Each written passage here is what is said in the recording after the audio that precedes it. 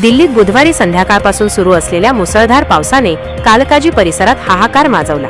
गुरुवारी सकाळी बी ब्लॉकमध्ये एका मोठ्या झाडाचे मूळ उन्मळून ते रस्त्यावरून स्कूटरवरून जाणाऱ्या वडील आणि मुलीवर कोसळले। या दुर्दैवी घटनेत 50 वर्षीय पुरुषाचा जागीच मृत्यू झाला, तर त्याची मुलगी गंभीर जखमी झाली। जखमी मुलीला तातडीने जवळच्या रुग्णालयात दाखल करण्यात आले असून तिच्यावर उपचार सुरू आहेत।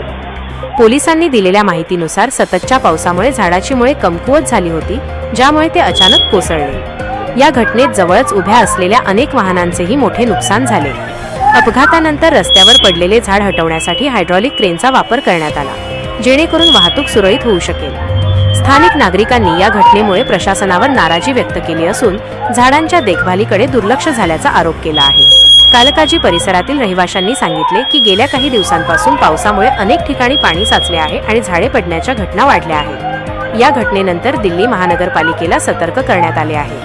अधिकाऱ्यांनी सांगितले की भविष्यात अशा दुर्घटना टाळण्यासाठी परिसरातील धोकादायक झाडांचे सर्वेक्षण आणि छाटणी तातडीने सुरू केली जाईल। तसेच नुकसानीचे मूल्यांकन करून आवश्यक उपाययोजना केल्या जातील। पोलिसांनी या प्रकरणाचा तपास सुरू केला असून मृत व्यक्तीच्या कुटुंबियांना मदत करण्यासाठी प्रशासन कार्यरत आहे।